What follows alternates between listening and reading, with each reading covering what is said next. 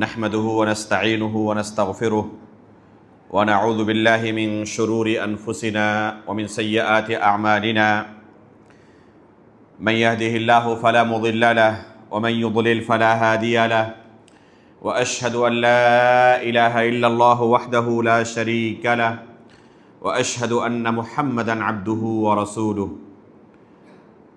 يا أيها الذين آمنوا اتقوا الله حق تقاته ولا تموتن إلا وأنتم مسلمون يا أيها الناس اتقوا ربكم الذي خلقكم من نفس واحدة وخلق منها زوجها وبث منهما رجالا كثيرا ونساء واتقوا الله الذي تساءلون به والأرحام إن الله كان عليكم رقيبا يا أيها الذين آمنوا اتقوا الله وقولوا قولا سديدا يصلح لكم أعمالكم ويغفر لكم ذنوبكم ومن يطع الله ورسوله فقد فاز فوزا عظيما أما بعد فإن أصدق الحديث كتاب الله وأحسن الهدي هدي محمد صلى الله عليه وسلم وشر الأمور محدثاتها وكل محدثة بدعة وكل بدعة ضلالة وكل ضلالة في النار قال الله عز وجل ونفس وما سواها فألهمها فجورها وتقواها قد أفلح من زكاها وقد خاب من دساها۔ محترم و مکرم حاضرین مجلس، بزرگان دین و ملت، عزیز دوستو اور پردہ نشین ماں و بہنوں، ابھی جو خطبہ حاجہ، خطبہ مسنونہ آپ کے سامنے پڑھا گیا ہے، اللہ کے رسول صلی اللہ علیہ وسلم زندگی بھر اس خطبے کا اہتمام کیا کرتے تھے۔ جب بھی رسول اللہ صلی اللہ علیہ وسلم لوگوں کے درمیان کھڑے ہوتے، کوئی بات رکھنی ہوتی، چاہے جمعہ کا خطبہ ہو، چاہے نکاح کا موقع ہو، یا عام کسی محفل میں، کسی مجلس میں لوگوں کو وعظ و نصیحت کرنی ہو، اس سے پہلے رسول اللہ صلی اللہ علیہ وسلم اس خطبے کو پڑھا کرتے تھے جو آپ کے سامنے پڑھا گیا۔ اس خطبے کے ایک ایک لفظ پر غور کریں تو آپ پائیں گے کہ یہ خطبہ انتہائی جامع خطبہ ہے۔ اس کے شروع میں ہی اللہ کے رسول صلی اللہ علیہ وسلم نفس کے شرور سے اللہ رب العالمین کی پناہ طلب کرتے تھے۔ بار بار ہم یہ خطبہ سنتے ہیں، پڑھنے والے پڑھتے بھی ہیں، لیکن کبھی غور نہیں کرتے کہ آخر ہم کیا کہہ رہے ہیں، اللہ رب العالمین سے کیا طلب کر رہے ہیں۔ کیا رسول اللہ صلی اللہ علیہ وسلم بار بار ان الفاظ کو دہراتے تھے تو اس کے پیچھے کوئی مقصد نہیں تھا؟ بلا مقصد ایسے ہی اسے دہراتے تھے، صرف فارمیلٹی پورا کرتے تھے؟ یقیناً کوئی بھی عقل مند اللہ کے رسول کے متعلق ایسی بات نہیں کر سکتا۔ یقیناً اس کے پیچھے بہت ہی اہم مقصد تھا اللہ کے رسول کا۔ بار بار اللہ کے رسول جب لوگوں کے سامنے کھڑے ہوتے تو ان جملوں کو دہراتے تھے، ان الحمد للہ نحمدہ ونستعینہ ونستغفرہ ونعوذ باللہ من شرور انفسنا، کہ ہم اللہ رب العالمین سے اپنے نفس کے شرور کے متعلق پناہ طلب کرتے ہیں۔ اللہ کے رسول کی سیرت سے ہمیں یہ تعلیم ملی کہ یہ اتنی خطرناک چیز ہے کہ ہمیں بار بار اللہ رب العالمین سے اس کی پناہ طلب کرنی چاہیے۔ جیسے آپ قرآن کریم کی تلاوت شروع کرتے ہیں تو کس سے شروع کرتے ہیں؟ اعوذ باللہ من الشیطان الرجیم سے بار بار پڑھتے ہیں۔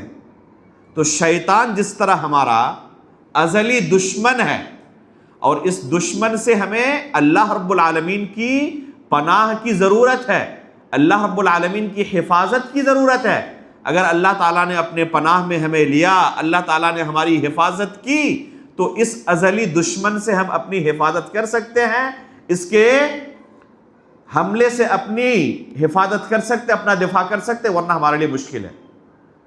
اسی طریقے سے یہ نفس کے جو شرور ہیں یہ ہمارے دشمن ہیں، یہ خارجی دشمن ہے جو ہر شخص کے ساتھ لگا ہوا ہے۔ ایک تو ہوتا ہے کہ باہری دشمن ہے، اس کے لیے ہمیں تیاری کی ضرورت ہے، کسی بھی وقت ہم پر حملہ آور ہو سکتا ہے، ہمیں ختم کر سکتا ہے، تہس نہس کر سکتا ہے۔ اور ایک ہوتا ہے گھر کا دشمن، اس سے بچنا بڑا مشکل ہوتا ہے۔ اگر خانہ جنگی کا انسان شکار ہو جائے، اس کے گھر کے اندر رہنے والے اس کے دشمن ہو جائیں، تو ذرا غور کریں کہ اس کی حالت کیا ہوگی۔ انسان باہر کے دشمنوں سے لڑ سکتا ہے، لیکن اپنے گھر کے دشمنوں سے لڑنا اس کے لیے بڑا مشکل ہے۔ اس لیے کہتے ہیں کہ ایک پرائم منسٹر اور ایک ہائی کورٹ کا جج بھی اپنی بیوی کے سامنے بھیگی بلی بنا رہتا ہے۔ وہ جانتا ہے کہ اس کے سامنے کوئی حجت قائم نہیں چلے گی، اس کے سامنے جتنے خاموشی کے ساتھ رہے اتنا ہی زندگی بہتر چلے گی۔ تو انسان اپنے ماتحت رہنے والے لوگوں کے ساتھ، جس کے ساتھ ہمیشہ اس کا اٹھنا بیٹھنا لگا رہتا ہے، ان کے ساتھ جتنے تعلقات اچھے ہوں گے زندگی اتنی بہتر گزرے گی۔ نفس، دل، اللہ رب العالمین نے ہر باڈی کے اندر، ہر جسم کے اندر تیار کیا، پیدا کیا ہے۔ قرآن کریم میں اللہ رب العالمین نے بیان کیا، جو آیتیں آپ کے سامنے پڑھی گئیں، وَنَفْسٍ وَمَا سَوَّاهَا فَأَلْهَمَهَا فُجُورَهَا وَتَقْوَاهَا قَدْ أَفْلَحَ مَنْ زَكَّاهَا وَقَدْ خَابَ مَنْ دَسَّاهَا۔ کہ اللہ رب العالمین نفس کی قسم کھاتے ہوئے فرما رہے ہیں کہ نفس کی قسم، جو اللہ رب العالمین نے اسے بہترین طریقے سے پیدا کیا، یہ اللہ رب العالمین نے ہمارا ڈھانچہ کتنا خوبصورت تیار کیا ہے۔ ایک انسان کو اللہ رب العالمین نے شکل و صورت عطا کی، انتہائی خوبصورت اللہ رب العالمین نے اسے ایک ڈھانچہ دیا۔ تو اسی طرح اللہ رب العالمین نے ایک انسان کے جسم کے اندر اس کے نفس کو رکھا، اس کے دل کو رکھا۔ اللہ رب العالمین اس کی قسم کھا رہے ہیں، اور کیا آگے فرما رہے ہیں؟ وَنَفْسٍ وَمَا سَوَّاهَا فَأَلْهَمَهَا فُجُورَهَا وَتَقْوَاهَا۔ اللہ رب العالمین نے اس نفس کے اندر، اس دل کے اندر الہام کر دیا کہ یہ فسق و فجور کا راستہ ہے، اور یہ تقوی و پرہیزگاری کا راستہ ہے۔ ہر نفس کے اندر اللہ تعالیٰ نے ڈال دیا۔ اللہ رب العالمین نے اس آیت کے اندر واضح لفظوں میں بیان کر دیا کہ جو بھی شخص اس دنیا میں جنم لیتا ہے، اس کے نفس کے اندر اللہ رب العالمین نے یہ ڈال دیا ہے کہ یہ تمہارے لیے فسق و فجور کا راستہ ہے، ان چیزوں کو اختیار کرو گے تو تمہارا یہ نفس گندا ہو جائے گا، یہ نفس میلا ہو جائے گا، اور ان چیزوں کو اختیار کرو گے تو یہ بڑا صاف ستھرا رہے گا۔ یہ اللہ رب العالمین نے ہر نفس کے اندر ڈال دیا ہے۔ قد افلح من زکاها وقد خاب من دساها۔ اب بڑا ہونے کے بعد اگر اس نفس کے تزکیے کے پیچھے کوئی شخص لگا رہتا ہے کہ کیسے اس کو پاک صاف رکھا جائے، ان تمام گندگیوں سے اس کی حفاظت کی جائے جو اسے گندا کر سکتی ہے، تو یہ بندہ کامیاب ہو جائے گا۔ جیسے آپ ایک صاف ستھرا کپڑا پہن کے گھر سے باہر نکلیں، مسجد کے لیے آ رہے ہیں، برسات کا موسم ہے، سڑک پر جگہ جگہ پر پانی جمع ہے، کہیں کیچڑ ہو گیا ہے، تو آپ کوشش کرتے ہیں کہ ایک دھبا بھی اس گندے پانی کا، اس کیچڑ کا آپ کے اس سفید لباس پر نہ پڑے۔ جیسے ہی کوئی دھبا پڑا تو کیا ہو جائے گا؟ یہ گندا ہو جائے گا۔ تو اسی طریقے سے اس نفس کی حفاظت کی ہمیں ضرورت ہے۔ کن چیزوں سے؟ ان تمام چیزوں سے جو اسے گندا کر دے۔ اگر ہم نے حفاظت کی، اس کے تزکیے پر محنت کی، تو ہم کامیاب ہوں گے۔ قد افلح من زکاها وقد خاب من دساها۔ اور اگر اس کی طہارت و پاکیزگی کی طرف کسی نے توجہ نہیں دی اور دنوں رات اس کو گندا کرتا رہا تو یہ برباد ہو جائے گا، تباہ ہو جائے گا، ہلاک ہو جائے گا، اور پھر اس کا انجام بڑا بھیانک ہوگا، بڑا برا ہوگا۔ تو یہ آیتیں جو اللہ رب العالمین نے قرآن کریم کے اندر ذکر کی ہیں، بالکل واضح ہے کہ جب ایک انسان اس دنیا میں جنم لیتا ہے تو اس کے جسم میں ایک دل ہوتا ہے، ایک نفس ہوتا ہے، یہ ہر ایک کے ساتھ ہے۔ اللہ رب العالمین نے یہ جو پورا جسم ہمارا پیدا کیا ہے، تیار کیا ہے، تو ہر عضو کا ایک کام ہے۔ اللہ رب العالمین نے عقل دی ہے، اللہ رب العالمین نے آنکھ دی ہے، زبان دی ہے، کان دیا ہے، ہاتھ دیا ہے، پیٹ دیا ہے، اس کا ایک ڈائجسٹو سسٹم ہے، ہاضمے کا سسٹم ہے، ایک پیر دیا ہے، اس کا کچھ کام ہے۔ آپ دیکھیں کہ جسم کے جتنے اعضاء ہیں ہر عضو کا کچھ نہ کچھ کام ہے یا نہیں؟ اگر یہ ہاتھ کام کرنا بند کر دے، مان لیں کہ کسی کو پولیو ہو گیا، دیکھے ہوں گے آپ نے، بہت سارے لوگ ہوتے ہیں جو پولیو کے شکار ہو جاتے ہیں، ہاتھ کام کرنا بند کر دیتا ہے، شلل ہو جاتا ہے۔ اگر اسے کوئی کام لینا ہو اس ہاتھ سے تو لے پائے گا؟ وہ نہیں لے پائے گا۔ کسی کی آنکھوں کی روشنی چلی گئی ہو، اگر وہ دیکھنا چاہے تو دیکھ پائے گا؟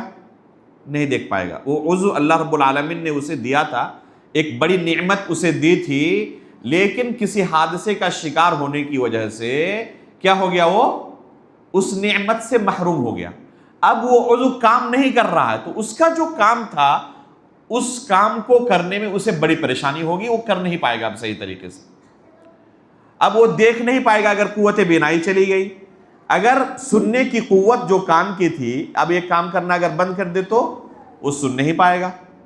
تو اسی طرح دل اللہ رب العالمین نے پیدا کیا ہے اور اس کے بھی کچھ کام ہیں، یہ بغیر کسی کام کے اللہ تعالیٰ نے پیدا نہیں کیا۔ جس طرح دوسرے اعضاء ہیں جسم کے، ان کے کچھ کام ہیں اور ان سے ہم کام لیتے ہیں، اسی طرح دل ہے، یہ بھی بڑا قیمتی عضو ہے۔ بلکہ اگر کہا جائے تو پورے جسم کے اندر اگر سب سے قیمتی کوئی عضو ہے، کوئی انگ ہے جسم کا، تو وہ کیا ہے؟ وہ دل ہے۔ اللہ کے رسول صلی اللہ علیہ وسلم نے خود اسے بیان کیا ہے۔ اللہ کے رسول صلی اللہ علیہ وسلم فرماتے ہیں، الا ان فی الجسد مضغۃ اذا صلحت صلح الجسد كله واذا فسدت فسد الجسد كله الا وهي القلب الا وهي القلب الا وهي القلب۔ اللہ کے رسول صلی اللہ علیہ وسلم فرماتے ہیں کہ آگاہ ہو جاؤ، یہ جو تمہارا جسم ہے نا، اس جسم کے اندر ایک ٹکڑا ہے۔ الا ان فی الجسد مضغۃ، ایک ٹکڑا ہے اس جسم کے اندر، اذا صلحت صلح الجسد كله، اگر یہ ٹکڑا صحیح سالم رہا تو پورا جسم صحیح سالم رہے گا۔ واذا فسدت فسد الجسد كله، اور اگر یہ ٹکڑا فاسد ہو گیا، خراب ہو گیا، تو صرف وہی خراب نہیں ہوگا، وہ پورے جسم کو خراب کر دے گا۔ اگر وہ ٹکڑا صحیح سالم رہا تو وہ آنکھ کو استعمال کرے گا کس کام کے لیے؟ اچھی چیزوں کو دیکھنے کے لیے۔ وہ کان کو استعمال کرے گا اللہ رب العالمین کے کلام کو سننے کے لیے۔ وہ ہاتھ کو استعمال کرے گا صدقات و خیرات اور دوسرے غریب و فقیر کی مدد کے لیے۔ وہ پیر کو استعمال کرے گا مسجد کی طرف لے جانے کے لیے۔ لیکن وہی ٹکڑا اگر فاسد ہو گیا تو اس آنکھ کو استعمال کرے گا گندی جگہوں پر نظر ڈالنے کے لیے، جن چیزوں پر نظر ڈالنا اللہ رب العالمین نے حرام قرار دیا ہے۔ اس کان کو استعمال کرے گا ان چیزوں کے سننے کے لیے جن کا سننا حرام ہے، گانے بجانے، غیبت، چغلی، اور ان چیزوں کے سننے میں ہی اسے لذت ملے گی۔ قرآن کی تلاوت سے اسے لذت نہیں ملے گی پھر، کیونکہ کیا ہوا ہے؟ اصل جو عضو ہے نا، دل ہے نا، وہ فاسد ہو چکا ہے۔ وَإِذَا فَسَدَتْ فَسَدَ الْجَسَدُ كُلُّهُ، یہ پیارے نبی صلی اللہ علیہ وسلم کا فرمان ہے۔ کہ اگر وہ عضو، وہ انگ فاسد ہو گیا تو پورا کا پورا جسم فاسد ہو جائے گا، برباد ہو جائے گا۔ بظاہر دیکھ کر لگے گا تو یہ تو صحیح سالم ہے، اس میں کوئی بیماری نہیں ہے، لیکن پورا جسم بیمار ہو چکا ہے۔ تو یہ پورے جسم کے اندر سردار کی حیثیت رکھتی ہے۔ اگر وہ عضو صحیح سالم ہے، پورا جسم آپ کا صحیح سالم، اور وہ عضو اگر فاسد ہو گیا تو پورا جسم آپ کا فاسد ہو جائے گا۔ قد افلح من زکاہا وقد خاب من دساہا۔ اگر کسی نے اس نفس کی اصلاح اور تزکیے کی کوشش کی، اسے صحیح سالم رکھا، اسے گندا ہونے سے، ناپاک ہونے سے محفوظ کیا، تو پھر وہ کامیاب ہو جائے گا۔ اور اگر اسے ان تمام چیزوں میں ملوث ہونے دیا جو اسے ناپاک کر دے، گندا کر دے، میلا کر دے، کچیلا کر دے، تو پھر وہ کبھی کامیاب نہیں ہو سکتا۔ اسی وجہ سے اللہ کے رسول صلی اللہ علیہ وسلم بار بار ہر خطبے میں یہ دعا کیا کرتے تھے، نعوذ باللہ من شرور انفسنا ومن سیئات اعمالنا، کہ ہم اللہ رب العالمین کی پناہ طلب کرتے ہیں، کس سے؟ من شرور انفسنا، اپنے نفس کے شرور سے۔ یہ نفس اگر شر پر آمادہ ہو جائے تو پھر انسان تباہ و برباد ہو جاتا ہے۔ اگر یہ نفس تقوی و پرہیزگاری پر آمادہ ہو تو پھر اس کی دنیا و آخرت سنور جاتی ہے۔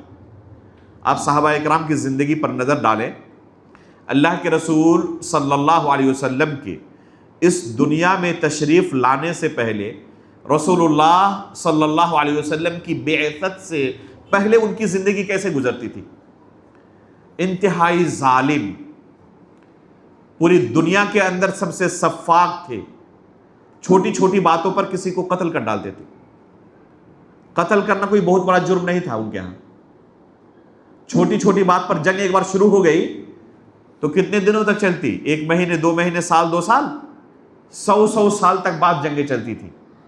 ایک ایسی قوم جو ہر طریقے سے ظلمت اور تاریکی اور بربریت کے اندر زندگی گزار رہی تھی، اللہ کے رسول صلی اللہ علیہ وسلم کو ایسے لوگوں کی اصلاح کے لیے اللہ رب العالمین نے دنیا میں بھیجا۔ اور دیکھیں ایسے لوگوں کا علاج اللہ کے رسول صلی اللہ علیہ وسلم نے کیسے کیا۔ نفس پرستی کا علاج کیسے کرنا ہو، اگر جاننا ہے تو اللہ کے رسول کی سیرت پڑھ لیں، صحابہ اکرام کی سیرت پڑھ لیں کہ کیسے ان حضرات نے اپنے نفس کا تزکیہ کیا، اپنے نفس کا علاج کیا، جو ایک زمانے میں نفس پرستی کے دلدل میں ڈوبے ہوئے تھے۔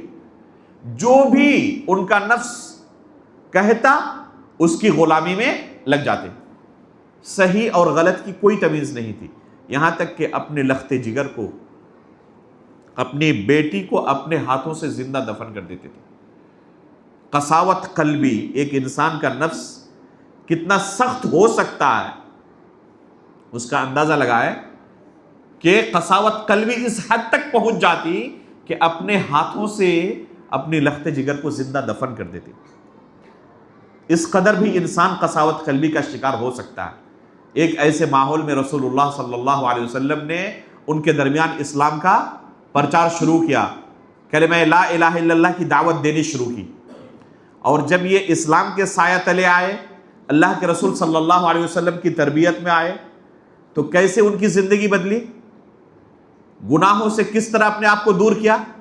وہی لوگ جو چند دنوں پہلے، جن کے زمانے کو زمانہ جاہلیت کہا جاتا تھا، اسے ہم کیا کہتے ہیں؟ زمانہ جاہلیت کہتے ہیں، وہی لوگ دنیا کے سب سے افضل ترین لوگ بن گئے، دنیا کے سب سے افضل ترین۔ یہ گواہی کس نے دی ہے؟ عام لوگوں نے؟ اللہ رب العالمین نے قرآن کریم کے اندر 7ویں آسمان کے اوپر سے کس چیز کی گواہی دی؟ ان کے دلوں کی گواہی دی۔ کیا فرمایا اللہ تعالیٰ نے قرآن کریم میں ان صحابہ اکرام کے بارے میں؟ اولئک الذین امتحن اللہ قلوبہم للتقوی۔ یہ دیکھیں کہ اگر یہی نفس گندا ہو جائے، میلا کچیلا ہو جائے، تو اپنے ہاتھوں سے اپنی بیٹی تک کو قتل کر سکتا ہے۔ وہی کر رہے تھے وہ لوگ، لیکن جب وہی نفس پاک و صاف ہو گیا، ہر طریقے کے میل و کچیلے سے ایک دم صاف ستھرا ہو گیا، تو اللہ رب العالمین عرش کے اوپر سے ان کے دلوں کے متعلق گواہی دے رہے ہیں، اولئک الذین امتحن اللہ قلوبہم للتقوی، یہ وہ نفوس قدسیہ ہیں جن کے دلوں کو اللہ رب العالمین نے تقوی و پرہیزگاری کے لیے چن لیا ہے، جن کا امتحان لے لیا ہے۔ فعلم ما فی قلوبہم، دوسری آیت میں فرمایا کہ ان کے دلوں کے اندر جو تقوی و پرہیزگاری ہے، طہارت ہے، ان کے دل کتنے پاک صاف ہیں، اللہ رب العالمین نے ان کے دلوں کے بارے میں جان لیا ہے۔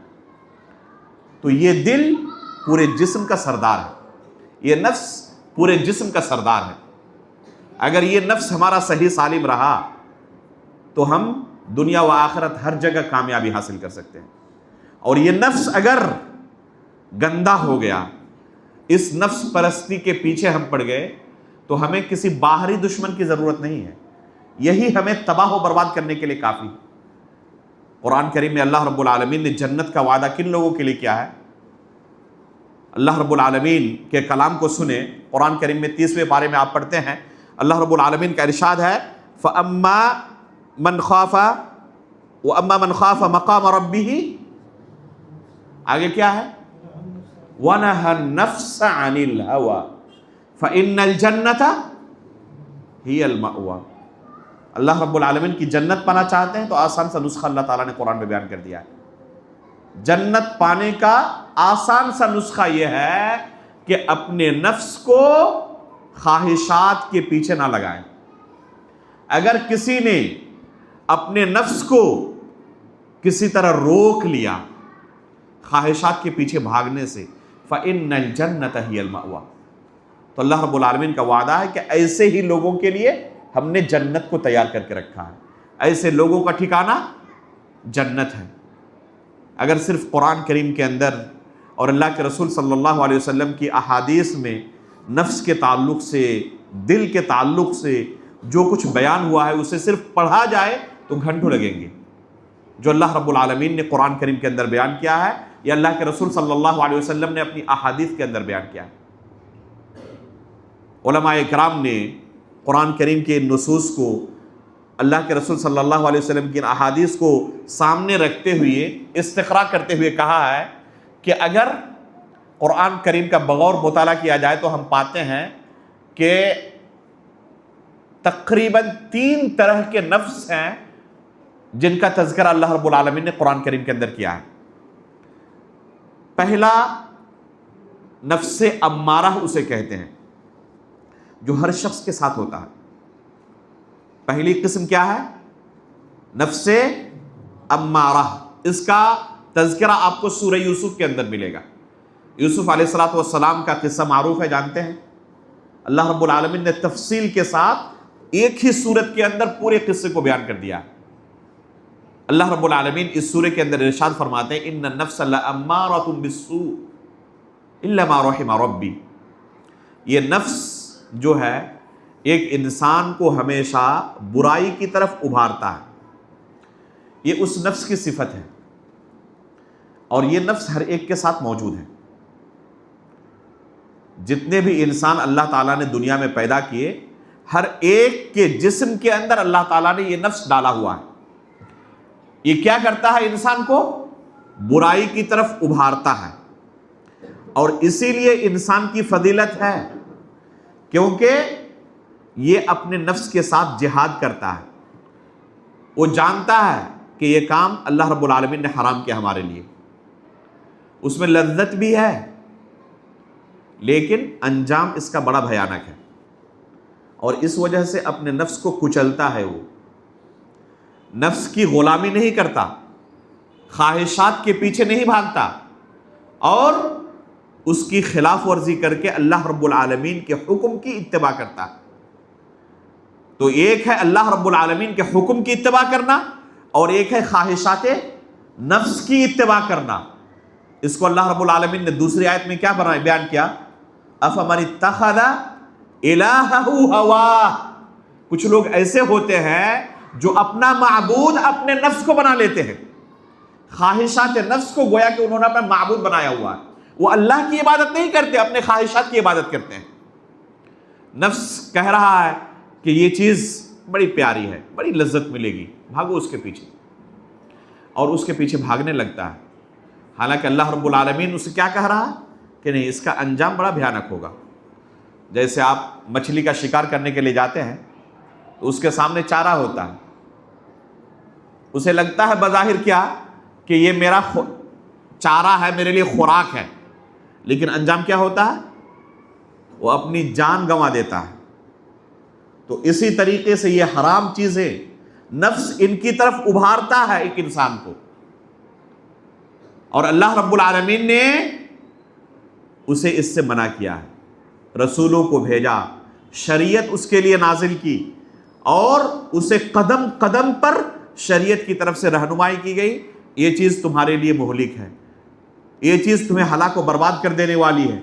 اور اس کے باوجود سب کچھ جاننے کے بعد بھی انسان اپنے نفس کی اتباع کرتے ہوئے، خواہشات کے پیچھے بھاگتے ہوئے ان چیزوں کا ارتکاب کرنے لگتا ہے۔ تو ایسے لوگوں کے بارے میں اللہ تعالیٰ نے کیا کہا؟ افمن اتخذ الہہ ہواہ، کہ ان لوگوں نے خواہشات کو اپنا معبود بنا لیا ہے، اللہ رب العالمین کی پرستش کی جگہ نفس کی پرستش شروع کر دی ہے، یہی نفس پرستی ہے۔ تو یہ نفس امارہ ہے جو ہر انسان کو گناہ پر ابھارتا ہے، اسے گناہ کو مزین کر کے پیش کرتا ہے۔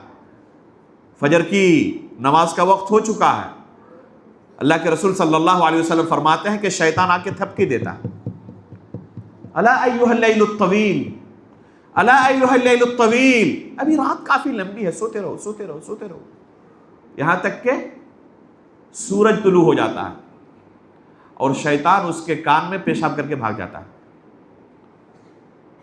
تو یہ نفس اسے اسی طرح تھپکی دیتے رہتا ہے کہ ابھی رات بڑی لمبی ہے، اپنے نفس کی اتباع کرو، اس میں لذت ہے۔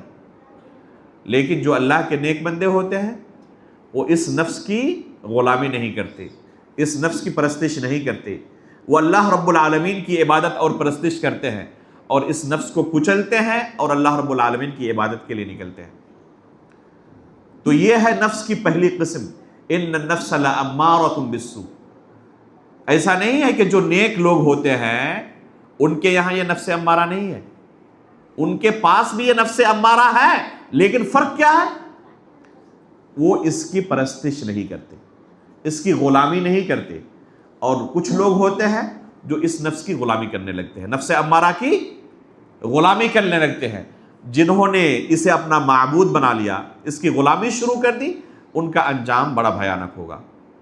اگر اس نے غلامی شروع کر دی تو ایسے لوگوں کے بارے میں قرآن میں اللہ تعالیٰ نے کیا کہا؟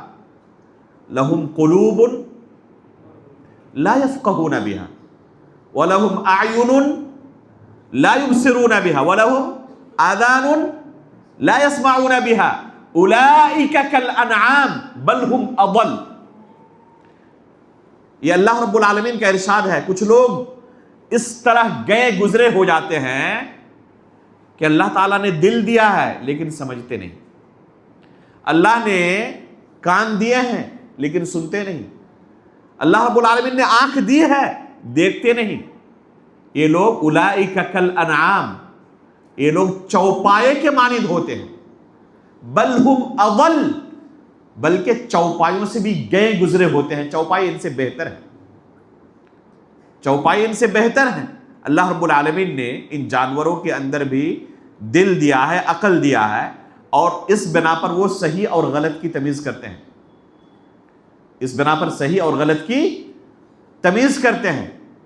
صحیح بخاری کے اندر ایک واقعہ ہے عمرو بن میمون رحمہ اللہ کا، دیکھیں یہ جانور کا قصہ ہے، اور اللہ رب العالمین نے انسان کو کیا بنایا ہے؟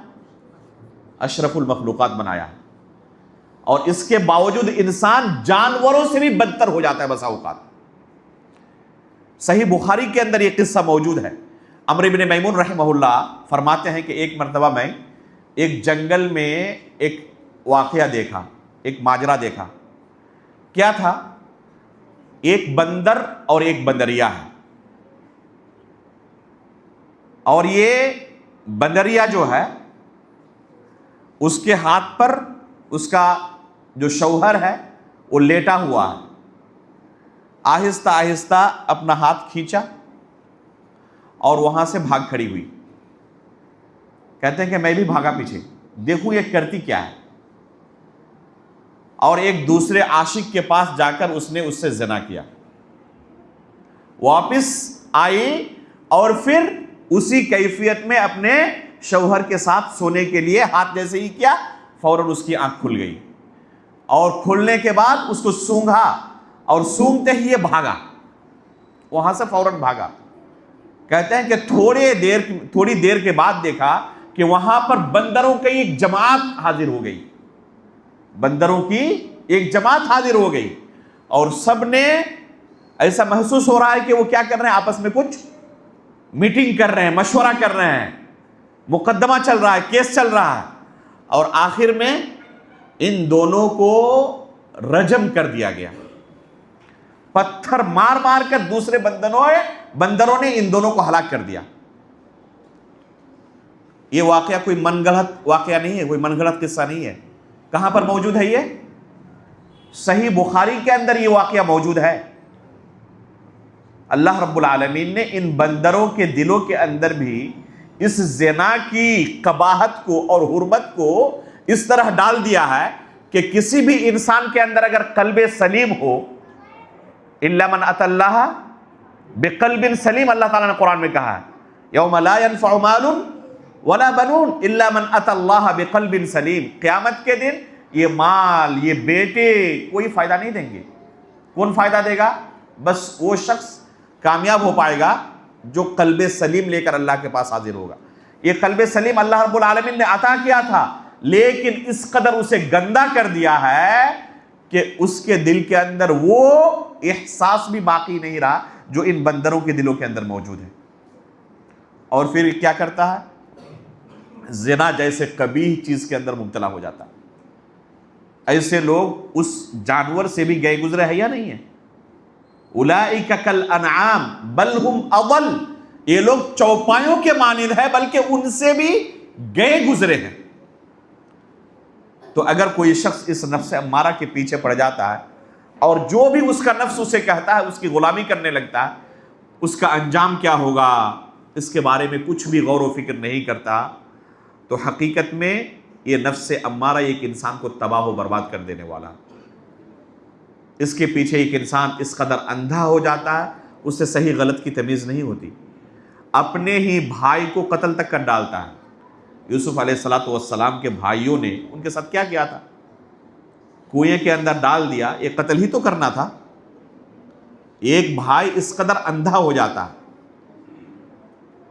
تو اگر نفس امارہ سے کوئی شخص مغلوب ہو گیا تو ایسا شخص اپنی دنیا و آخرت کو تباہ و برباد کر ڈالتا ہے. کیسے نفس امارہ کام کرتا ہے؟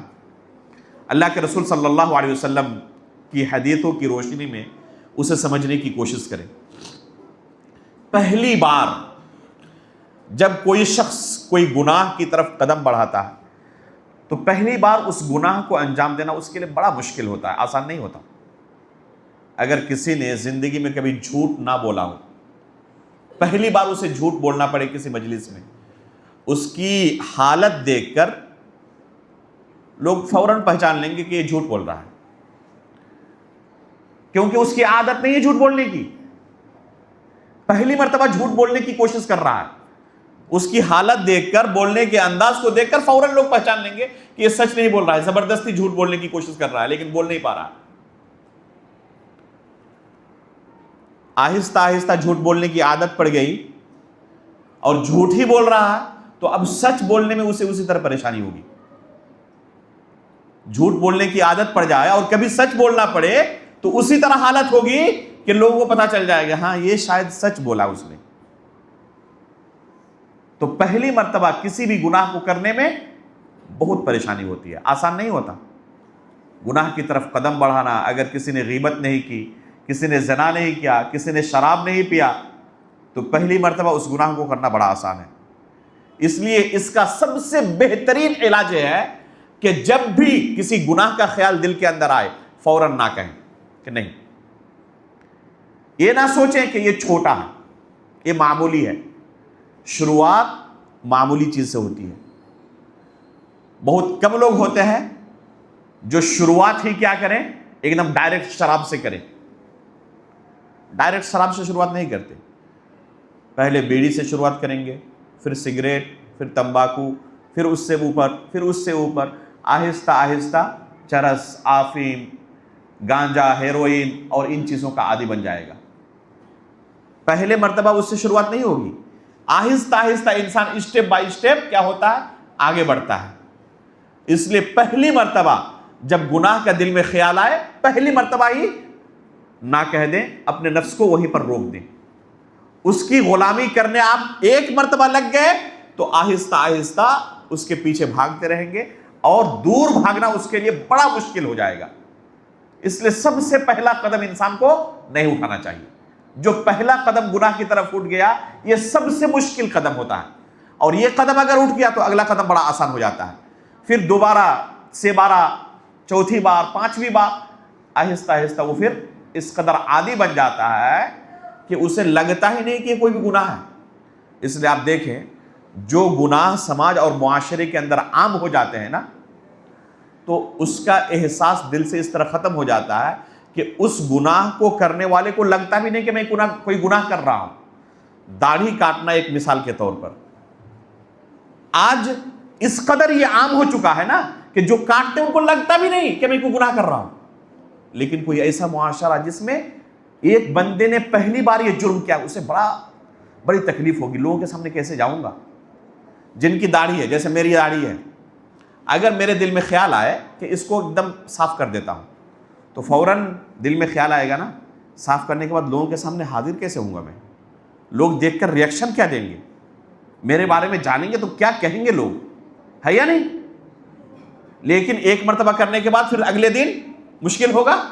اب لوگ جان چکے ہیں، کیا فرق پڑتا ہے. تو جب ایک مرتبہ اس نے انجام دے دیا تو دوسری مرتبہ کرنا بڑا آسان ہے. حدیث کے اندر آتا ہے کہ پہلی مرتبہ جب انسان گناہ کر ڈالتا ہے تو ایک چھوٹا سا دھبا، کالا دھبا اس کے دل کے اوپر لگ جاتا ہے، ایک نقطہ، بس اس کے دل کے اوپر ایک کالا دھبا لگ جاتا ہے. اگلی بار پھر کیا، پھر اور ایک اس میں دھبا پڑ گیا. اس طرح گناہ کرتے کرتے کرتے کرتے جب عادت ہو جاتی ہے تو یہ پورا دل جو ہے نا وہ کالا ہو جاتا ہے. گناہ کرتے کرتے یہ پورا دل کالا ہو جاتا ہے. اب اس کے بعد اس کی حیثیت کیا ہوتی ہے، جب پہلی بار اس نے چھوٹا سا گناہ کیا تھا تو اسے ایسا لگ رہا تھا گویا کہ میں کسی پہاڑ کے نیچے بیٹھا ہوا ہوں، اگر اس گناہ کو کر لیا تو یہ پہاڑ میرے اوپر گر جائے گا، ایسا اسے احساس ہو رہا تھا. چھوٹا سے چھوٹا گناہ کرتے وقت اس کے دل کے اندر احساس ہو رہا تھا کہ اگر یہ گناہ کر لیا تو کیا ہوگا، یہ پہاڑ میرے اوپر گر جائے گا اور میں تباہ و برباد ہو جاؤں گا. اب انتہائی بڑا سے بڑا گناہ کرنے کے بعد بھی اسے ایسا لگتا ہے جیسے ناک پر کوئی مکھی بیٹھی ہوئی ہے اور بس بھگا دیا. قتل کرتے ہوئے بھی اسے لگتا ہے بس کیا کیا میں نے، ناک پر ایک مکھی بیٹھی تھی اسے بھگا دیا، ایسا احساس ہوتا ہے اسے. تو یہ جو احساس کا فرق ہے وہ کس وجہ سے ہے، یہ گناہ کے چھوٹے اور بڑے ہونے کی وجہ سے نہیں، عادت کی وجہ سے. تو انسان کو اگر اپنا علاج کرنا ہے تو فوراً گناہ کا دل میں خیال آتے ہی، چاہے کوئی چھوٹا سے چھوٹا حقیر سے حقیر ہی گناہ کیوں نہ ہو، آپ اسے حقیر نہ سمجھیں. یہ سمجھیں کہ اللہ رب العالمین بہت بڑا ہے، اللہ تعالیٰ سب سے بڑا ہے، اور میں اس رب کی نافرمانی کرنے کی طرف قدم بڑھا رہا ہوں. یہاں اگر آپ نے آپ کو سنبھال لیا، وَنَهَا النَّفْسَ عَنِ الْهَوَىٰ، جو کہا نا وَأَمَّا مَنْ خَافَ مَقَامَ رَبِّهِ وَنَهَا النَّفْسَ عَنِ الْهَوَىٰ، کہ اللہ رب العالمین کے سامنے مجھے ایک دن کھڑا ہونا پڑے گا، اور یہ گناہ اللہ رب العالمین کے سامنے میرے سامنے پیش ہوگا. تو اس وقت اللہ رب العالمین کے سامنے میں کیسے کروں گا؟ اگر کسی بڑی شخصیت کے سامنے آپ نے کوئی جرم کیا ہے اور لوگوں کے مجمع میں کسی بڑی شخصیت کے سامنے آپ کے اس جرم کا تذکرہ کیا جائے آپ کو کھڑا کر کے، تو آپ کو کیسا لگے گا؟ آپ شرم سے پانی پانی ہو جائیں گے، ایسا لگے گا کہ زمین دھس جائے میں اس میں سما جاؤں. اور غور کریں، یہ اللہ رب العالمین کے سامنے انسانوں کی پیشی ہوگی، پوری دنیا کے لوگوں کے سامنے اللہ رب العالمین کے سامنے ہمیں حاضر کیا جائے گا، اور ہمارے گناہ کے بارے میں پوری دنیا کے لوگوں کے سامنے اگر بیان کیا جائے تو کس قدر ذلت اور رسوائی کا سامنا ہوگا. تو اگر اس منظر کو سوچ کر کوئی شخص ڈر گیا، وَأَمَّا مَنْ خَافَ مَقَامَ رَبِّهِ، کہ اللہ رب العالمین کے سامنے مجھے کھڑا ہونا پڑے گا اور مجھے اپنے اعمال کا حساب دینا پڑے گا. ذرے کے برابر نیکی کی ہوگی اسے بھی دیکھا جائے گا، اور ذرے کے برابر گناہ کیا ہوگا اسے بھی سب کے سامنے اسکرین پر پیش کر دیا جائے گا. تو اس منظر کو سوچ کر اگر کوئی شخص ڈر گیا اور پھر کیا کیا، وَنَهَا النَّفْسَ عَنِ الْهَوَىٰ، نفس پر کنٹرول کر لیا، اس نے نفس پر غالب آ گیا، نفس کے سامنے مغلوب نہیں ہو گیا، نفس پرستی شروع نہیں کر دی، نفس کی غلامی شروع نہیں کر دی، بلکہ نفس کو اپنے کنٹرول میں کر لیا. تو فَإِنَّ الْجَنَّةَ هِيَ الْمَأْوَىٰ، اللہ رب العالمین نے ایسے ہی لوگوں کے لیے جنت تیار کر کے رکھی ہے. تو یہ ہے نفس امارہ، ہر نفس کے ساتھ لگا ہوا ہے، اور جو جتنے زیادہ نیک ہوتے ہیں شیطان ان کے پیچھے اتنی ہی زیادہ کوشش کرتا ہے. جو لوگ پہلے سے بگڑے ہوئے ہیں، شیطان کو ان کے پیچھے لگنے کی ضرورت ہے؟ اپنی انرجی وہاں صرف کرنے کی ضرورت ہے؟ وہاں پر شیطان کو اپنی انرجی صرف کرنے کی ضرورت نہیں ہے. جانتا ہے کہ صبح اٹھے گا اور سب سے پہلے نماز نہیں پڑھے گا، موبائل لے کر گانے بجانا شروع کر دے گا، تو اس کے پیچھے انرجی کیا صرف کرے؟ ان کے پاس جائیں جن کے بارے میں ڈر ہے کہ تہجد کے لیے اٹھیں گے، یہ فجر کی نماز کے لیے اٹھیں گے، تو ان کو تھپکی دینے کی ضرورت ہے، ان کو سلانے کی ضرورت ہے. تو جو جتنے نیک بندے ہوتے ہیں شیطان ان کے پیچھے اتنی ہی زیادہ کوشش کرتا ہے. تو اسی سے اپنے آپ کو بچانے کی ضرورت ہے، اسی نفس کے پیچھے بھاگنے سے اپنے آپ کو بچانے کی ضرورت ہے، اسی نفس سے لڑنے کی ضرورت ہے. تو اس نفس کو کیا کہتے ہیں؟ نفس امارہ. ان النفس لامارۃ بالسوء، کہ یہ نفس ایک انسان کو برائی کی طرف دھکیلنے والا ہوتا ہے، حکم دینے والا ہوتا ہے. دوسری قسم ہے نفس لوامہ. یہ مومن کے پاس بھی اور منافق اور کافر کے پاس بھی، لیکن مومن کے لیے دنیا میں ہے اور منافق و کافر کے لیے آخرت میں. فرق بس اتنا ہے. لوامہ کا کیا معنی ہے؟ لوامہ کا معنی ہے ملامت کرنے والا. اگر یہ نفس بھی کسی کے پاس ہے تب بھی رحمت ہے. ایک شخص نے نفس سے مغلوب ہو کر کسی گناہ کو انجام دے دیا.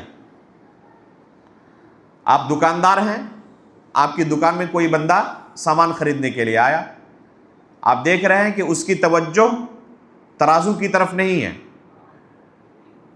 1 کلو کی جگہ پہ آپ نے 950 گرام اسے تول کر دے دیا، اس نے دیکھا نہیں. آپ ٹرین میں سفر کر رہے ہیں اور ٹی ٹی آئی فوراً بھاگ گئے واش روم کی طرف، اور ٹی ٹی چلے گی، آپ کو پکڑ نہیں پائی، اور آپ آ کے اپنے ساتھیوں کے درمیان اپنی ہوشیاری کے بخان کر رہے ہیں اور کہہ رہے ہیں کہ اس طرح میں نے چکما دے دیا، اور خوب خوش ہو رہے ہیں. تو یہ جو نفس لوامہ ہے یہ بھی آپ کا مردہ ہو چکا ہے. گناہ کرنے کے بعد ایک انسان کو ملامت نہ ہو، بلکہ گناہ کرنے کے بعد خوشی محسوس ہو، تو حقیقت میں یہ بہت افسوس کی بات ہے. نفس لوامہ کسے کہتے ہیں؟ نفس لوامہ کہتے ہیں کہ گناہ ہو جانے کے بعد نفس ملامت کرے کہ یہ تم نے اچھا نہیں کیا، یہ بڑا غلط تم نے کام کیا ہے. ایک بندہ زنا کی طرف جا رہا ہے، زنا کرنے کے بعد مطمئن نہیں ہے، یہ تم نے اچھا کام نہیں کیا، یہ بڑا غلط کام تم نے کر دیا. تو اگر یہ نفس ملامت کر رہا ہے، اس بات کی دلیل ہے کہ ابھی یہ مردہ نہیں ہو چکا ہے، ابھی بھی زندہ ہے، اس وجہ سے خوشی نہیں محسوس ہو رہی ہے. بے چین ہے دل. کسی کو ٹھگ لیا ہے تو ٹھگنے کے بعد دل مطمئن نہیں ہے، چین کے ساتھ نہیں رہ پا رہا ہے، اس کو نیند نہیں آ رہی ہے کہ میں نے آج ایک بندے کو ٹھگ لیا ہے. تو اگر ملامت کر رہا ہے دل تو ابھی بھی رحمت کی علامت موجود ہے کہ یہ نفس مردہ نہیں ہو چکا ہے. اگر ملامت کرنے والا دل اس کے پاس موجود ہے، لا اقسم بیوم القیامہ ولا اقسم، کیا کہا اللہ تعالیٰ نے؟ ولا اقسم بالنفس اللوامہ. یہی نفس لوامہ ہے. اللہ رب العالمین نے قرآن کریم کے اندر اس نفس کی قسم کھایا کہ نفس لوامہ کی ہم قسم کھاتے ہیں. تو یہ نفس لوامہ ہے، اسے ملامت کر رہا ہے، اسے چین نہیں مل رہا. اب اسے چین نہ ملے تو کیا کرے گا؟ وہ فوراً اس نفس کی طہارت کی طرف بھاگے گا. ابھی ہم نے صحابہ اکرام کی مثال دی. یہ ایک زمانہ ان کی زندگی کا گزرا تھا، زنا کے اندر اس قدر مبتلا تھے کہ ایک ہی خاتون سے کئی بھائی زنا کیا کرتے تھے. عام چیز تھی. صحیح بخاری کے اندر اما عائشہ رضی اللہ تعالیٰ عنہ فرماتی ہیں، صحیح بخاری کے اندر حدیث موجود ہے کہ زمانے جاہلیت کے اندر نکاح کا سسٹم کیا تھا، ایک خاتون کئی مردوں سے رشتے قائم کرتی. جب حاملہ ہو جاتی اور بچے کی ولادت ہوتی تو جتنے لوگوں سے اس نے زنا کی تھی ان تمام کو حاضر ہونے کا حکم دیتی، اور ان میں سے کسی ایک کی طرف اشارہ کر کے کہہ دیتی یہ بچہ تمہارا ہے. اسے انکار کی گنجائش نہ ہوتی. یہ طریقہ رائج تھا. ایک ہی خاتون کے ساتھ کئی لوگ منہ کالا کرتے تھے. تو یہ صحابہ اکرام اسلام قبول کرنے سے پہلے اس قدر زنا کے دلدل میں ڈوبے ہوئے تھے، اور اللہ کے رسول صلی اللہ علیہ وسلم کی تربیت میں آنے کے بعد جب اسی نفس کو انہوں نے پاک و صاف کیا اور اس نفس کو کچلا انہوں نے، نفس امارہ کو، تو دیکھیں ان کا دل پاک و صاف ہونے کے بعد ان کی حالت کیا ہوتی ہے. اولاً انہوں نے قدم قدم پر اس نفس کی مخالفت کی، نفس کی پرستش نہیں کی، نفس کی غلامی نہیں کی. لیکن تھے وہ بشر ہی، انسان ہی تھے. وہ انسان ہی تھے، وہ فرشتہ نہیں تھے، وہ معصوم نہیں تھے. بشری تقاضے کے تحت کبھی اگر کسی سے کوئی غلطی ہو گئی، کوئی گناہ سرزد ہو گیا تو اس کا خوش ہو رہے ہیں. ایک صحابی سے زنا کا عمل ہو گیا. نفس لوامہ کسے کہتے ہیں جاننا ہو تو اس حدیث کو دیکھیں. ایک خاتون سے زنا کا عمل سرزد ہو گیا. اللہ کے رسول صلی اللہ علیہ وسلم کے پاس آئی اور کہنے لگی اللہ کے رسول صلی اللہ علیہ وسلم مجھ سے زنا ہو گیا ہے، مجھے پاک کر دیں. جانتے تھی صحابہ اکرام، جانتے تھے، وہ خاتون جانتی تھی کہ پاک کرنے کا معنی کیا ہے. پاک کرنے کا معنی پتھروں سے مار مار کر مجھے ہلاک کیا جائے گا. وہی لوگ جو ایک زمانے میں زنا کے دلدل میں ڈوبے ہوئے تھے اور لوگوں کا خون پی جاتے تھے، آج نفس کی حالت بدل جانے کی وجہ سے زندگی کس طرح بدلی ہے. غور کریں کہ خود آ رہے ہیں اللہ کے رسول صلی اللہ علیہ وسلم کے پاس اور درخواست کر رہے ہیں اللہ کے رسول مجھے پاک کر دیں. اللہ کے رسول صلی اللہ علیہ وسلم بار بار منہ پھیر لیتے ہیں اور پھر اللہ کے رسول کے سامنے آ جاتی ہیں اور کہتے ہیں اللہ کے رسول مجھے پاک کر دیں. بالآخر صحابہ اکرام سے کہتے ہیں کہ اسے ذرا چیک کرے، کہیں بے ہوشی کے عالم میں تو نہیں ہے، کہیں ایسا تو نہیں کہ ہوش و حواس میں نہیں اور اس طرح اپنے بارے میں کہہ رہی ہے. کہہ رہے نہیں، بالکل ہوش و حواس میں ہے. پتہ چلا کہ حاملہ ہے. کہا کہ ابھی اللہ رب العالمین کا حد نافذ نہیں کیا جا سکتا. پھر جب ولادت ہوئی پھر اللہ کے رسول کے پاس دوبارہ آئی. ایسا نہیں کہ اب چھٹی مل گئی تو بھاگ چلے. اگر ایک انسان کا نفس پاک و صاف ہو جائے تو اسے کسی پولیس کی ضرورت نہیں ہے، اسے کسی ٹی ٹی کی ضرورت نہیں ہے، اسے کسی ٹریفک لائٹ کی ضرورت نہیں ہے، اس کے لیے کسی قانون کی ضرورت نہیں ہے. یہ دنیا جنت نشا بن جائے گی.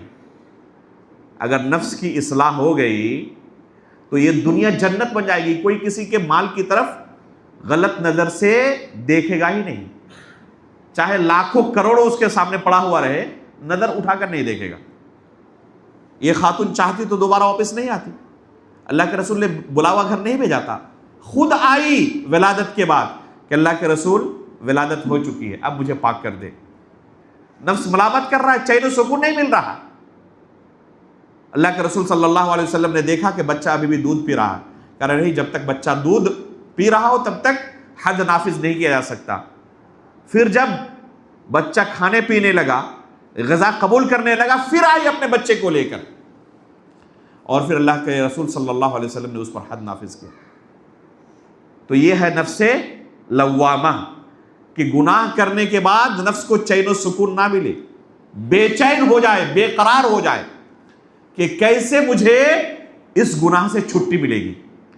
اللہ رب العالمین کی عدالت میں یہ نہ پہنچے، اس کے سامنے مجھے اپنے اس گناہ کے ساتھ حاضر نہ ہونا پڑے، اس سے پہلے میں پاک و صاف ہو جاؤں. تو اسے کہتے ہیں نفس لوامہ. اگر یہ نفس بھی کسی کے پاس موجود ہے کہ گناہ ہو گیا ہے اور گناہ ہونے کے بعد اسے لذت نہیں مل رہی ہے، وہ لوگوں کے سامنے فخریہ طور پر نہیں بیان کر رہا کہ ہاں آج فلاں کو بیوقوف بنا کر آ گیا، فلاں کو لوٹ کر آ گیا ہوں، آج ٹیٹی کو بیوقوف بنا دیا، وہ مجھے پکڑ نہیں پائی. یہ فخر کی چیز ہے، یہ ڈوب مرنے کی بات ہے کہ ایک انسان گناہ کرے اور اس گناہ پر فخر کرے کہ اس طریقے سے امتحان کے موقع پر استاد موجود تھے، اس کے باوجود میں چٹ کر لیا، میں نے بے ایمانی کر کے اعلیٰ نمبرات سے ڈگری حاصل کر لی. یہ خوش ہونے کی بات؟ اگر نفس زندہ رہتا، مردہ نہ ہو چکا ہوتا، تو انسان گناہ پر کبھی خوش نہیں ہوتا، اسے گناہ پر لذت نہیں ملتی، ملامت ہوتی کہ بہت برا ہو گیا میرے ساتھ، میں نے بہت غلط کر دیا ہے، اب کیسے اپنی اس غلطی کو سدھار کیا جائے. تو اگر نفس لوامہ کسی کے پاس ہوگا تو فوراً کیا ہوگا؟ وہ اللہ کے رسول صلی اللہ علیہ وسلم نے اس کا علاج کیا بیان کیا ہے؟ ہمیں علاج بھی جاننے کی ضرورت ہے. اللہ کے رسول صلی اللہ علیہ وسلم معاذ بن جبل رضی اللہ تعالیٰ عنہ کو وصیت کر رہے ہیں، اور یہ وصیت صرف ان کے لیے نہیں تھی، اللہ کے رسول کی وصیت ہم سب کے لیے ہے. اور میں خود اپنے نفس کو سب سے پہلے وصیت کر رہا ہوں اور آپ لوگوں کو بھی یہ وصیت کر رہا ہوں. شیخ الاسلام علامہ ابن تیمیہ رحمہ اللہ نے ایک کتاب لکھی ہے الوصیۃ الصغریٰ کے نام سے. اسی حدیث کی شرح میں یہ کتاب ہے. اصل الوصیۃ الکبریٰ اور الوصیۃ الصغریٰ دو بڑی پیاری کتابیں ہیں شیخ الاسلام علامہ ابن تیمیہ رحمہ اللہ کی. تو الوصیۃ الصغریٰ کا مضمون یہی ہے، اسی حدیث کی شرح. اللہ کے رسول کی یہ وصیت ہے کن کے لیے؟ اصل معاذ بن جبل رضی اللہ تعالیٰ عنہ کے لیے، اور حقیقت میں یہ وصیت پوری امت کے لیے اللہ کے رسول کی. فرماتے ہیں اتق اللہ حیثما کنت. پہلی وصیت کیا ہے؟ کل 3 وصیت کی اللہ کے رسول نے. اتق اللہ حیثما کنت، جہاں کہیں رہو اللہ رب العالمین کا تقوی اختیار کرو، چاہے لوگوں کے سامنے رہو، چاہے تنہائی میں رہو، لوگوں کے مجمع میں اسکرین کے سامنے رہو، یا پھر دروازہ بند کر کے لائٹ آف کر کے اکیلے رہو، جہاں کہیں رہو اللہ رب العالمین کا تقوی اختیار کرو. یہ پہلی وصیت ہے. دوسری وصیت اتبع السیئۃ الحسنۃ تمحوها. یہ ہے علاج. نفس لوامہ کا علاج کیا ہے؟ اگر گناہ سرزد ہو جائے اور نفس ملامت کر رہا ہے، اس کا علاج کیسے کریں گے اس نفس کا؟ اتبع السیئۃ الحسنۃ تمحوها. اگر کبھی گناہ سرزد ہو جائے تو اس کے بعد فوراً نیکی کرو. یہ نیکیاں گناہوں کو ختم کر دیں گی. جیسے آپ ڈیلیٹ کرتے ہیں نا، جانتے ہیں ڈیلیٹ کرنا؟ تو اسی طریقے سے بندہ جب گناہ کرتا ہے اور گناہ کے بعد نیک اعمال انجام دیتا ہے تو یہ نیکیاں گناہوں کو ڈیلیٹ کر دیتی ہیں، ختم کر دیتی ہیں. قرآن کریم میں اللہ رب العالمین نے اصول بیان کیا ہے ان الحسنات یذہبن السیئات، کہ نیکیاں گناہوں کو کیا کرتی ہیں؟ ختم کر ڈالتی ہیں. بعض لوگ صحابہ اکرام کے تعلق سے پوچھتے ہیں کہ یہ صحابی رسول تھے، ان سے گناہ سرزد ہو گئی. میرے بھائی، وہ انسان تھے، بشر تھے، فرشتے نہیں تھے، اور ان سے اگر کوئی گناہ سرزد ہوئی ہے تو ان کی گناہ کا حجم جانتے ہیں نیکیوں کے بالمقابل؟ ان کی گناہ کا حجم نیکیوں کے بالمقابل پہاڑ اور ذرے کی طرح ہے. صحابہ اکرام کے پاس نیکیوں کے پہاڑ تھے، اور ان سے جو گناہ سرزد ہوئی ہے وہ ذرے کے مانند ہیں. اور اللہ کے رسول کیا بیان کر رہے ہیں؟ وَأَتْبِعِ السَّيِّئَةَ الْحَسَنَةَ تَمْحُوهَا. کبھی اگر گناہ سرزد ہو جائے نا تو اس کے بعد نیک کام کیا کرنا، نیک عمل کیا کرنا. یہ نیکیاں گناہوں کو ختم کر ڈالیں گی. تو یہ صحابہ اکرام جن کے پاس نیکیوں کے پہاڑ تھے، ان ذرے کے برابر گناہوں کو ختم نہیں کریں گی. تو اگر کوئی شخص گناہ سرزد ہو جائے اور نفس ملامت کر رہا ہے، سب سے بہترین علاج کیا اس کا؟ اس کے بعد نیک عمل شروع کر دے. شیخ عبد المحسن العباد حفظہ اللہ کے توسط سے ایک واقعہ ساتھیوں کے درمیان مشہور تھا. کیا ہوا؟ ایک بندہ فجر کی نماز کے لیے مسجد گیا تو اس کی جماعت چھوٹ گئی. عادت نہیں تھی فجر کی جماعت چھوٹ جائے. جن کی عادت ہمیشہ چھوڑنے کی ہے ان کے دل کی حالت کا اندازہ لگائے اور اس بندے کی حالت کا اندازہ لگائیں. عادت نہیں تھی, کبھی گیا جماعت چھوٹ گئی. ایسا محسوس ہوا کہ دنیا اور آخرت لوٹ گئی اس کی. اس قدر غمگین ہوا کہ عشاء کی نماز تک مسجد سے باہر نہیں نکلا کہ شاید میرے لیے کفارہ ہو جائے, شاید یہ عمل میرا کفارہ ہو جائے کہ آج فجر کی جماعت میری چھوٹ گئی. اور جن کی جماعت نہیں, نماز چھوٹ جاتی ہے, ان کے دل پر احساس بھی نہیں ہوتا. انس بن مالک رضی اللہ تعالیٰ عنہ اور ابو موسیٰ اشعری رضی اللہ تعالیٰ عنہ دو انتہائی جلیل القدر صحابی رسول ہیں. عمر فاروق رضی اللہ تعالیٰ عنہ کے دور خلافت میں تستر نامی جو علاقہ فتح ہوا تھا, بڑی مشکلوں کے بعد یہ علاقہ فتح ہوا تھا. دشمنوں کے ساتھ بڑی لمبی جنگ لڑنی پڑی, اور جو قلعہ تھا اس قلعے کو مسلمان کافی کوشش کے باوجود فتح نہیں کر پا رہے تھے. اس کی وجہ یہ تھی کہ وہ علاقہ پانیوں کے درمیان, وہ قلعہ پانیوں کے درمیان تھا اور انتہائی سرد. ایسا محسوس ہو کہ اس میں اگر کوئی شخص پیر رکھے تو خون جمع ہو جائے. اس طرح کافی کوشش کے باوجود اس علاقے کو فتح نہیں کر پا رہے تھے.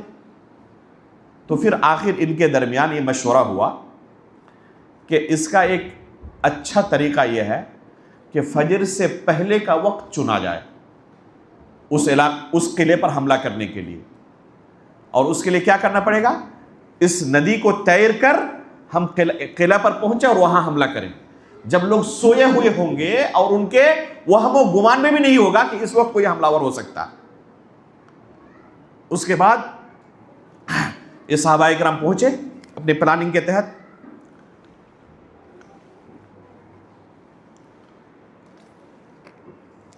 بعض روایتوں کے اندر آتا ہے کہ تقریباً 1.5 سال یا 2 سال تک مسلمان اس قلعے کو فتح کرنے کے لیے لگے ہوئے تھے. اس کے بعد جس دن یہ قلعہ فتح ہوا, یہی فجر سے پہلے یہ اس ندی میں گئے اور ندی پار کر کے قلعے تک پہنچے اور یہاں تک کہ اس قلعے کو فتح کر ڈالی. اس عمل میں فجر کی نماز کا وقت نکل گیا.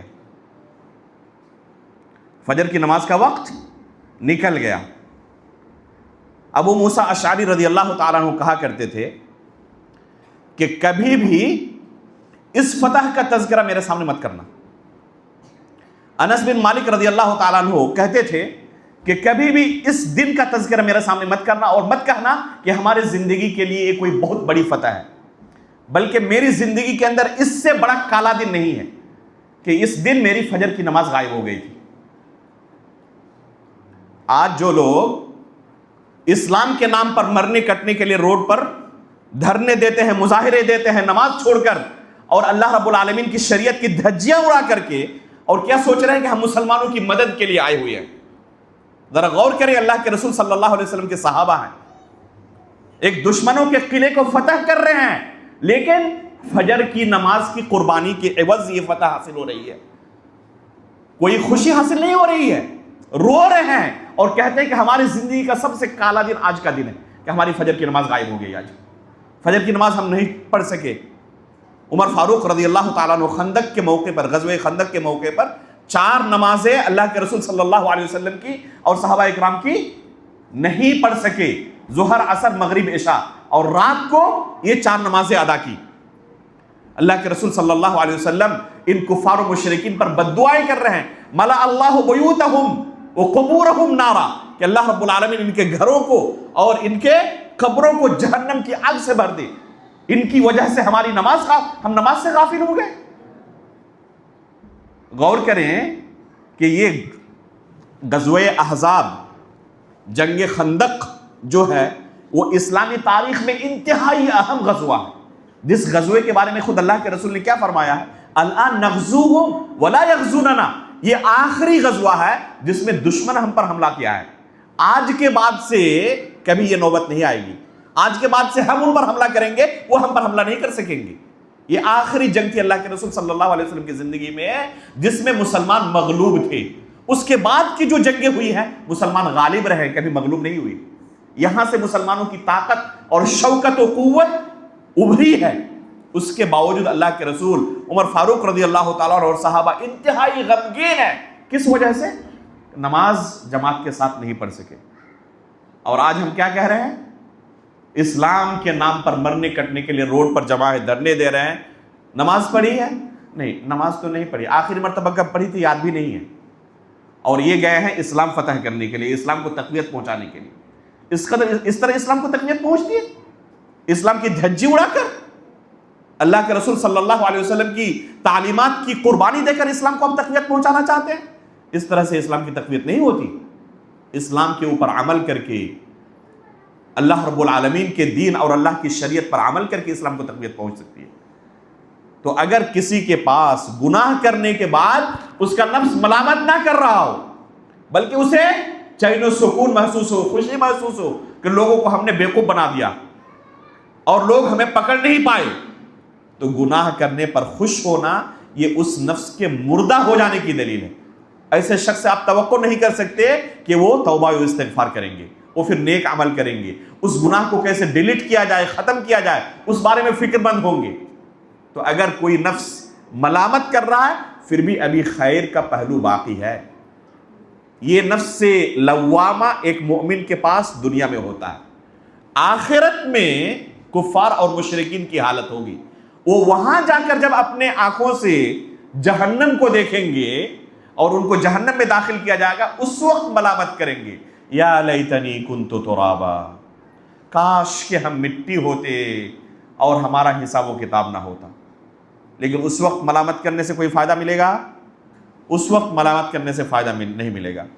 لو کنا نسمع او نعقل ما کنا فی اصحاب السعیر، کاش کہ ہم نے سنا ہوتا انبیاء اکرام کی باتیں، کاش کہ ہم نے ان کی باتوں کو قبول کر لیا ہوتا تو آج جہنم میں نہ جاتے۔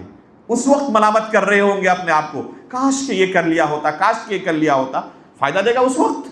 اس وقت کی ملامت انسان کو فائدہ دینے والی نہیں ہے۔ لیکن انسان اگر دنیا کے اندر اپنے گناہوں پر ملامت کرتا ہے، توبہ و استغفار کرتا ہے، تو اللہ رب العالمین کو یہ عمل انتہائی محبوب ہے۔ جب بندہ اللہ رب العالمین کی نافرمانی کرتا ہے اور پھر اس کے بعد صحیح راستے کی طرف پلٹ آتا ہے، اس کا نفس اسے ملامت کرنے لگتا ہے اور پھر اللہ رب العالمین کی طرف پلٹ کے آتا ہے، تو دنیا کے لوگوں کی طرح یہ نہیں کہتا کہ اچھا زندگی بھر تکلیف دیتے رہے اور آج تمہارے ہوش ٹھکانے آئے ہیں، زندگی بھر تو کبھی ہم سے بات نہیں کی، آج گھر میں شادی پڑی ہے، بیٹی کا نکاح ہے، اس لیے منانے کے لیے آئے ہو۔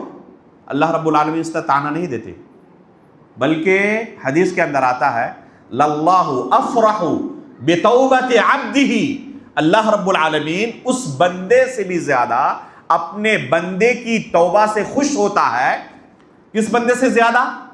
ایک انسان، ایک بندہ جو ایک چٹیل میدان میں سفر کرنے کے لیے نکلتا ہے، اس کے ساتھ اس کی سواری ہے، پورا ساز و سامان ہے، ایک جگہ آرام کرنے کے لیے لیٹتا ہے درخت کے نیچے، جب آنکھ کھلتی ہے دیکھتا ہے کہ سواری غائب ہے۔ آنکھ کھلنے کے بعد کیا دیکھتا ہے؟ سواری غائب ہے جس میں پورا سامان تھا، کھانے پینے کا سب کچھ موجود تھا۔ اب اس کے سامنے بس ایک چٹیل میدان ہے، پیدل چلے گا تو کتنا دن چل پائے گا؟ 1 دن، 2 دن، 3 دن پیدل چل کر یہ چٹیل میدان وہ پورا نہیں کر سکتا، کھانے پینے کا کچھ نہیں۔ اسے اب اپنے سامنے اپنی موت بالکل صاف نظر آ رہی ہے کہ اب میں 1-2 دن کا مہمان ہوں اور تڑپ کر مرنے والا ہوں یہاں اس صحرا میں، جہاں پر کوئی انسان، کوئی آبادی نظر نہیں آ رہی ہے۔ مایوس ہو کر زندگی سے دوبارہ ایک درخت کے نیچے لیٹ جاتا ہے، جب آنکھ کھلتی ہے دیکھتا کیا ہے؟ اس کے سامنے اس کی سواری پورے ساز و سامان کے ساتھ حاضر ہے۔ تو اب موت کے بعد، یقینی موت کے بعد اسے ایک نئی زندگی مل گئی، کتنی خوشی ہوگی؟ خوشی کے عالم میں پاگل ہو جاتا ہے وہ، کیا زبان سے نکل رہا ہے اسے کچھ پتہ نہیں چلتا۔ خوشی کے عالم میں کیا کہتا اللہ تعالیٰ کا شکریہ ادا کرتے ہوئے، اللہم انت عبدی وانا ربک، یہ کفریہ کلمہ ہے اگر ہوش و حواس میں کہا ہوتا تو، کہ اللہ تو میرا بندہ ہے، میں تیرا رب ہوں. اس قدر خوش ہو جاتا ہے، وہ خوشی میں پاگل ہو جاتا ہے اور کہتا ہے اللہ تو میرا بندہ ہے، میں تیرا رب ہوں. رسول اللہ صلی اللہ علیہ وسلم فرماتے ہیں کہ جب بندہ توبہ کرتا ہے نا اللہ رب العالمین سے گناہ کرنے کے بعد، تو اللہ تعالیٰ اس سے بھی زیادہ خوش ہوتا ہے بندے کی توبہ سے. یہ نہیں کہتا کہ اچھا 900 چوہے کھا کے بلی چلی حج کو، آج تمہیں توبہ کرنے کی یاد آئی ہے. اللہ رب العالمین طعنہ نہیں دیتا، بلکہ گناہوں کے انبار ہو، اگر آخری سانس تک بھی انسان اللہ رب العالمین کی طرف پلٹ کے آ جائے تو التائب من الذنب کمن لا ذنب لہ، گناہوں سے توبہ کرنے والا اسی طرح ہو جاتا ہے گویا کہ اس نے گناہ کیا ہی نہیں ہے کبھی. تو یہ ہے دوسری قسم نفس کی، نفس لوامہ اسے کہتے ہیں. تیسری قسم ہے نفس مطمئنہ. تیسری قسم کیا ہے؟ نفس مطمئنہ. یہ ہر مومن سے مطلوب ہے. ایک مومن کا نفس نفس مطمئنہ ہونا چاہیے. یہ ایمان کا سب سے اعلیٰ درجہ ہے. جب انسان کا نفس بالکل صاف ستھرا ہوتا ہے، اس میں کسی طرح گناہ کا دھبا نہیں ہوتا، ایسا کوئی کام بندہ نہیں کرتا جس سے اس دل کو میلا اور کچیلا کیا جا سکے، گندا کیا جا سکے. ان تمام چیزوں سے جس طرح سفید کپڑے کی انسان حفاظت کرتا ہے، اس طرح اس نے حفاظت کی ہوئی ہے. قدم اٹھاتا ہے اس سے پہلے سوچتا ہے کہ اللہ تعالیٰ اس قدم سے راضی ہوگا یا ناراض ہوگا. لوگ کیا سوچیں گے کوئی پرواہ نہیں، ہمارا رب کیا سوچے گا. اللہ کے سامنے حاضر ہوں گے تو اس قدم کی وجہ سے خوشی محسوس ہوگی یا ذلت کا سامنا کرنا پڑے گا. بس اللہ رب العالمین کی رضامندی کو سب پر مقدم رکھتا ہے اور لوگوں کی رضامندی کی کوئی پرواہ نہیں کرتا. تو ایسا نفس کیا ہے؟ اس کو نفس مطمئنہ کہتے ہیں. اور یہ آسان نہیں ہے. ظاہر سی بات ہے کہ ایک انسان اللہ رب العالمین کے تابع اپنے آپ کو کر لے اور اپنی تمام خواہشات کو کچل ڈالے تو یہ معاملہ اتنا آسان نہیں ہے. اگر یہ درجہ کسی کو حاصل ہو جائے، اسی کو معمولی سا اجر کرے، کوئی معمولی سا عمل انجام دے، بظاہر آپ کو لگ رہا ہے کہ تو چھوٹا سا نیکی کا عمل اس نے کیا ہے، تو اسی نفس کی وجہ سے، نفس کے اندر جو جذبات ہیں، جو خلوص ہے، جو للہیت ہے، جو خشوع ہے، اسے احسان کہتے ہیں. شریعت کی اصطلاح میں اسے کیا کہتے ہیں؟ احسان کہتے ہیں. اللہ کے رسول صلی اللہ علیہ وسلم سے پوچھا جبریل علیہ الصلوۃ والسلام نے، مل احسان، اللہ کے رسول احسان کیا ہے؟ تو جواب میں اللہ کے رسول نے کیا کہا؟ ان تعبد اللہ کأنک تراہ فإن لم تکن تراہ فإنہ یراک. یہ ہے احسان. اللہ کی عبادت ایسے کرو گویا کہ تم اللہ کو دیکھ رہے ہو. کأنک تراہ، گویا کہ اللہ کو دیکھ رہے ہو. کیوں گویا کہ کہا؟ کیونکہ اس دنیا میں اللہ تعالیٰ کو دیکھنا ممکن نہیں ہے. ممکن ہے کوئی دیکھ لے اللہ تعالیٰ کو اس دنیا میں؟ موسیٰ علیہ السلام نے قرآن میں اللہ تعالیٰ نے ذکر کیا ہے، اللہ تعالیٰ سے خواہش ظاہر کی کہ اللہ میں دیکھنا چاہتا ہوں آپ کو. تو اللہ رب العالمین نے کیا جواب دیا؟ لن ترانی، ہرگز مجھے نہیں دیکھ سکتے. تو اللہ کے ایک نبی ہیں، درخواست پیش کر رہے ہیں اور اللہ کی طرف سے جواب آ رہا ہے کہ ہرگز نہیں دیکھ سکتے. تو ہم لوگ دیکھ سکتے ہیں؟ تو اللہ کے رسول نے کیا فرمایا؟ کأنک تراہ، گویا کہ تم اللہ کو دیکھ رہے ہو. فإن لم تکن تراہ فإنہ یراک. یہ تو نہیں ہو سکتا تمہارے ساتھ کہ تم اللہ کو ڈائریکٹ دیکھ لو. کم از کم یہ تصور تمہارے دل میں رہے کہ اللہ تعالیٰ مجھے دیکھ رہا ہے. اگر یہ تصور انسان کے دل میں آ گیا، اس کے عمل کے اندر فرق پڑے گا نہیں پڑے گا؟ آپ جس بلڈنگ میں رہتے ہیں، لفٹ کے اندر CCTV کیمرہ لگا ہوا ہے، آپ کے ساتھ کوئی خاتون بھی ہے، آپ اس کے ساتھ کوئی غلط حرکت نہیں کرتے. کیوں؟ یہ CCTV کیمرہ لگا ہوا ہے، سب لوگ دیکھیں گے، بعد میں بڑی رسوائی ہوگی. آپ کو اگر پتہ چل جائے کہ ابھی سامنے کیمرہ لگا ہوا ہے، مان لیں کہ کسی روم کے اندر آپ کیمرہ لگا دیں اور اسے لائیو کر دیں، جس طرح خبریں لائیو ہوتی ہے نا. آج بہار کے اندر متگنہ تھا، پوری دنیا کے لوگ دیکھ رہے تھے لائیو کہ کون آگے بڑھ رہا ہے، کون پیچھے جا رہا ہے. تو یہ لائیو پوری دنیا کے اندر چل رہا ہے. آپ کو یقین ہے کہ یہاں جو کچھ اس روم میں ہو رہا ہے پوری دنیا کے لوگ ہمیں دیکھ رہے ہیں، اور وہاں پر ایک لڑکا اور ایک لڑکی کو رکھ دیا جائے، کوئی غلط حرکت کریں گے یہ؟ اگر عزت ان کی ہوگی تو. جو پہلے سے ہی ننگا ہے ظاہر سی بات اسے کوئی فرق نہیں پڑتا، لیکن کوئی عزت دار ہو اور اسے اس طرح اکیلے چھوڑ دیا جائے، کوئی نہ ہو وہاں پہ، بس ایک کیمرہ ہو، پوری دنیا والے دیکھ رہے ہیں، کوئی غلط حرکت کرے گا یہ؟ نہیں کر سکتا. اسی کو احسان کیا اللہ کے رسول نے، کہ اللہ رب العالمین کے متعلق تمہارے دل کے اندر یہ شعور ہو کہ اللہ رب العالمین ہمیں دیکھ رہا ہے. دنیا میں تو اس بندے نے اس طرح عبادت کی اسی شعور کے ساتھ، اور جب اس شعور کے ساتھ عبادت کرے گا تو انتہائی اخلاص کے ساتھ، للہیت کے ساتھ، خشوع و خضوع کے ساتھ، اتقان کے ساتھ اللہ کی عبادت کرے گا. ایسے لوگوں کے لیے اللہ تعالیٰ نے کیا رکھا ہے بدلہ؟ للذین احسنوا الحسنى وزیادہ. جو لوگ احسان کے ساتھ اللہ کی عبادت کرتے ہیں ان کے لیے اللہ نے حسنہ اور زیادہ رکھی ہے. حسنہ کا معنی کیا ہے؟ حسنہ کا معنی جنت ہے، اور زیادہ کا معنی اللہ رب العالمین کا دیدار، اللہ تعالیٰ کی رؤیت جنت کے اندر حاصل ہوگی، جو کہ جنتیوں کے لیے سب سے بڑا انعام ہوگا. تو دنیا میں اس نے اس کیفیت کے ساتھ اللہ کی عبادت کی کہ گویا کہ اللہ کو دیکھ رہا ہوں. دنیا میں تو نہیں دیکھ سکا. الجزاء من جنس العمل، جیسا عمل اسی طرح بدلا. جنت جب پہنچے گا تو اللہ رب العالمین کو دیکھے گا، اور یہ سب سے بڑی نعمت ہوگی. عمل گرچہ معمولی ہو، دو لوگ نماز پڑھ رہے ہیں، جماعت کھڑی ہوئی، دو لوگ نماز پڑھ رہے ہیں، ہو سکتا ہے کہ ایک بندے کی نماز اللہ کی بارگاہ میں قبول ہی نہیں ہوئی، اور اسی کے بغل میں جس نے نماز پڑھی ہے، ایک نماز پڑھی ہے 10 گنا اللہ تعالیٰ نے اجر دیا. ہو سکتا ہے کہ 100 گنا اجر دیا، 700 گنا تک اللہ تعالیٰ بڑھا کر اسے اجر دے، یا اس سے بھی زیادہ اجر دے. اللہ کے رسول صلی اللہ علیہ وسلم فرماتے ہیں کہ جب بندہ کوئی نیک عمل کرتا ہے تو 10 گنا بڑھا کر الحسنۃ بعشر امثالها، کہ اللہ رب العالمین ایک نیکی کا بدلہ کتنا دیتا ہے؟ 10 گنا بڑھا کر دیتا ہے.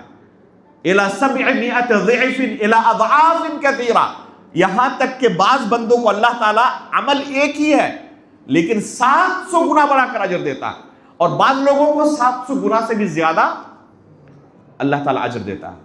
عمل ایک ہی ہے لیکن ایک کو کچھ نہیں ملا اور دوسرے کو گویا کہ اس نے 700 نمازیں پڑھی یا اس سے بھی زیادہ نمازیں پڑھی ہیں.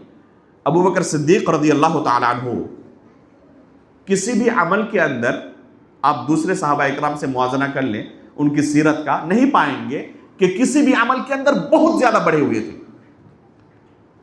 دوسروں سے ابو بکر صدیق رضی اللہ تعالیٰ عنہ بہت زیادہ بڑھے ہوئے ہوں، نماز نفلی پڑھنے میں، صدقات و خیرات کرنے میں، نفلی روزے رکھنے میں، حج و عمرہ کرنے میں، یا دوسری عبادتوں میں دوسرے لوگ جس طرح کرتے تھے اور ابو بکر صدیق ان سے زیادہ کرتے تھے، ایسا نہیں پائیں گے. لیکن مقام و مرتبہ ابو بکر صدیق رضی اللہ تعالیٰ عنہ کا کیا؟ اللہ کے رسول صلی اللہ علیہ وسلم ایک دن جنت کے دروازوں کا تذکرہ کر رہے ہیں کہ فلاں دروازہ اس عمل کے کرنے والوں کے لیے اللہ نے جنت میں خاص کر کے رکھا ہے. باب الریان کن کے لیے اللہ نے خاص کیا ہے؟ روزے داروں کے لیے خاص کیا ہوا ہے. اس طرح اللہ کے رسول جنت کے دروازوں کا تذکرہ کر رہے ہیں، ایک ایک دروازے کا، کہ اس دروازے سے یہ عمل کرنے والے داخل ہوں گے، اس دروازے سے یہ عمل کرنے والے داخل ہوں گے. ابو بکر صدیق رضی اللہ تعالیٰ عنہ پوچھ رہے ہیں اللہ کے رسول کوئی ایسا بھی بندہ ہوگا جو 8 دروازوں سے داخل ہو؟ تو اللہ کے رسول کیا فرماتے ہیں؟ ابو بکر وہ آپ ہوں گے. ابو بکر صدیق رضی اللہ تعالیٰ عنہ کا مقام و مرتبہ شمار کریں کہ جنت کے 8 دروازوں سے ان کے لیے داخل ہونے کے اللہ کے رسول نے خوشخبری سنائی. کیا وجہ ہے؟ عمل کے اندر بہت زیادہ آگے بڑھے ہوئے تھے؟ نہیں. اصل یہ نفس مطمئنہ جو ہے عبادت کرتے وقت اللہ رب العالمین کا خشوع و خضوع، خلوص و للہیت، جو دل ابو بکر صدیق کے پاس تھا دوسرے لوگ کہاں سے لائے؟ غزوہ تبوک کے موقع پر اللہ کے رسول صلی اللہ علیہ وسلم نے اعلان کیا کہ آج ہمیں تعاون کی ضرورت ہے، سامنے دشمن بہت بڑا ہے، اس لیے جس سے جو ہو سکے تعاون پیش کریں۔ ہمارے پاس اگر کبھی اس طرح چندے کا اعلان ہو تو جن کے پاس زیادہ پیسہ ہے اور لوگ جانتے ہیں وہ سب سے پہلے بھاگنے کی کوشش کریں گے کہ لوگوں کی نظر ابھی میری طرف اٹھے گی اور مجھے ہی پکڑیں گے لوگ، تو بھاگنے کی کوشش کریں گے، وہاں پر حالت دوسری ہے۔ ایسے ہی ان کو مقام نہیں ملا تھا، اولئک الذین امتحن اللہ قلوبهم للتقوی، جو ہم نے کہا نا شروع میں کہ اللہ رب العالمین نے ان کے دلوں کو جانچ لیا تھا، پرکھ لیا تھا کہ اس دل میں صرف تقوی ہے، کسی طرح کی کوئی گندگی نہیں ہے۔ عمر فاروق رضی اللہ تعالیٰ عنہ کہتے ہیں مجھے بڑی خوشی ہوئی اس اعلان کو سن کر کہ آج ایک اچھا موقع آیا ہے ابو بکر صدیق سے آگے بڑھنے کا۔ جب بھی اس طرح کا کوئی معاملہ ہوتا ہے ابو بکر سے کوئی آگے نہیں بڑھ پاتا، ہم ہمیشہ پیچھے رہ جاتے ہیں، تو آج اچھا خاصا میرے پاس مال ہے اور اچھے موقع پر اللہ کے رسول کی طرف سے یہ اعلان آیا ہے۔ کہتے ہیں کہ بڑی مجھے خوشی ہوئی اور جا کر اللہ کے رسول صلی اللہ علیہ وسلم کے سامنے میں نے اپنا صدقہ پیش کیا کہ اللہ رب العالمین کے راستے میں یہ میری طرف سے۔ اللہ کے رسول صلی اللہ علیہ وسلم کے پاس ابو بکر صدیق رضی اللہ تعالیٰ عنہ بھی حاضر ہوئے، اپنا مال لے کر پوچھا عمر فاروق رضی اللہ تعالیٰ عنہ سے، عمر کتنا مال لائے ہو؟ کہا کہ اللہ کے رسول جتنا آپ دیکھ رہے ہیں اتنا ہی گھر میں چھوڑا، یعنی اپنے مال کا آدھا حصہ آپ کے قدموں میں لا کر ڈال دیا۔ یہی سوال اللہ کے رسول ابو بکر صدیق رضی اللہ تعالیٰ عنہ سے پوچھتے ہیں، ابو بکر کتنا لائے ہو؟ تو کہتے ہیں اللہ کے رسول اللہ میں اللہ اور اس کے رسول، اپنے گھر میں اللہ اور اس کے رسول کے علاوہ کچھ نہیں چھوڑا، جو کچھ تھا آپ کے قدموں میں لا کر ڈال دیا ہے، اپنے بال بچوں کے لیے اللہ اور اس کے رسول کے علاوہ کچھ نہیں چھوڑا ہم نے۔ عمر فاروق رضی اللہ تعالیٰ عنہ کہتے ہیں کہ ابو بکر آپ سے کوئی سبقت نہیں کر سکتا۔ تو جو دل ابو بکر صدیق رضی اللہ تعالیٰ عنہ کے پاس تھا دوسرے لوگ کہاں سے لائیں گے یہ دل؟ عمل بہت زیادہ نہیں تھا، لیکن اس عمل کو کرنے میں ایک انسان کے پاس جو خلوص ہونا چاہیے، اللہ رب العالمین کو راضی کرنے کی کیفیت ہونی چاہیے۔ عمل بندے نے ایک کیا، اللہ تعالیٰ اجر 700 مرتبہ عطا کرے گا اسے۔ تو یہ کیسے حاصل ہوگا؟ جن کے پاس اس طرح کا نفس مطمئنہ ہوتا ہے۔ ابراہیم علیہ السلام کا واقعہ پڑھیں سورہ بقرہ کے اندر، پوچھا کیف تحیی الموتى، جو جمعہ کے اندر بھی ہم نے آیت پڑھی تھی، پوچھا کہ اللہ رب العالمین آپ مردوں کو کیسے زندہ کریں گے؟ تو اللہ تعالیٰ نے کیا فرمایا؟ اولم تؤمن، اے ابراہیم کیا آپ کا اس پر ایمان نہیں ہے؟ بعث بعد الموت ایمان کے ارکان میں سے ایک اہم رکن ہے، اگر کسی کو شک ہو تو کیا ہو جائے گا؟ کافر ہو جائے گا۔ پوچھا اولم تؤمن، اللہ رب العالمین مردوں کو دوبارہ زندہ کریں گے، کیا اس بارے میں آپ کا ایمان نہیں؟ کہا قال بلا، اللہ رب العالمین ایمان ضرور ہے، ولیکن لیطمئن قلبی، لیکن میں اطمینان قلب حاصل کرنا چاہتا ہوں، نفس مطمئنہ حاصل کرنا چاہتا ہوں۔ امام بخاری رحمہ اللہ نے صحیح بخاری کے اندر اس آیت کو ذکر کر کے یہ مسئلہ ثابت کیا ہے کہ ایمان کے اندر کمی زیادتی ہوتی ہے۔ غور کریں امام بخاری رحمہ اللہ کا استدلال کہ ایمان کے اندر کمی و زیادتی ہوتی ہے۔ جب پوچھا اللہ تعالیٰ نے کہ آپ کے پاس ایمان نہیں اس بارے میں، کہا کہ بلا، ہاں میرا ایمان ہے، لیکن میں اس میں کیا کرنا چاہتا ہوں؟ اضافہ کرنا چاہتا ہوں، نفس مطمئنہ کے درجے تک پہنچنا چاہتا ہوں۔ یہ ایمان کا سب سے اعلیٰ درجہ ہے جو ابراہیم علیہ السلام حاصل کرنا چاہتے تھے۔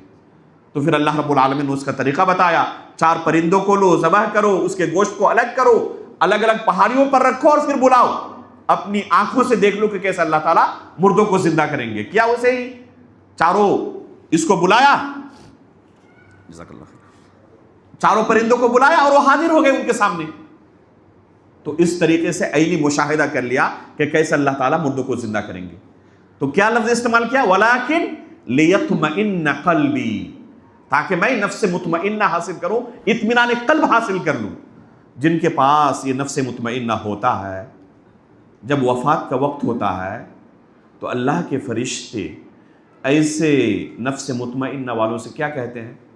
قرآن میں اللہ تعالیٰ نے ذکر کیا ہے، یا ایتھا النفس المطمئنہ ارجعی الی ربک راضیۃ مرضیہ فادخلی فی عبادی وادخلی جنتی، کہ تم نے دنیا میں اس نفس کے ساتھ زندگی گزاری، نفس مطمئنہ کے ساتھ، اب تمہارا وقت آ گیا ہے جنت میں داخل ہونے کا۔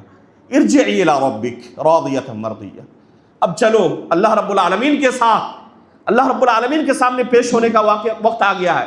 فادخلی فی عبادی وادخلی جنتی، اب نیک بندوں کے اندر تم شامل ہو جاؤ، میری جنت تمہارے لیے حاضر ہے، جنت میں داخل ہو جاؤ۔ تو اگر کسی کے پاس یہ نفس مطمئنہ ہو تو فرشتے اسے جنت کی دنیا میں خوشخبری سناتے ہیں۔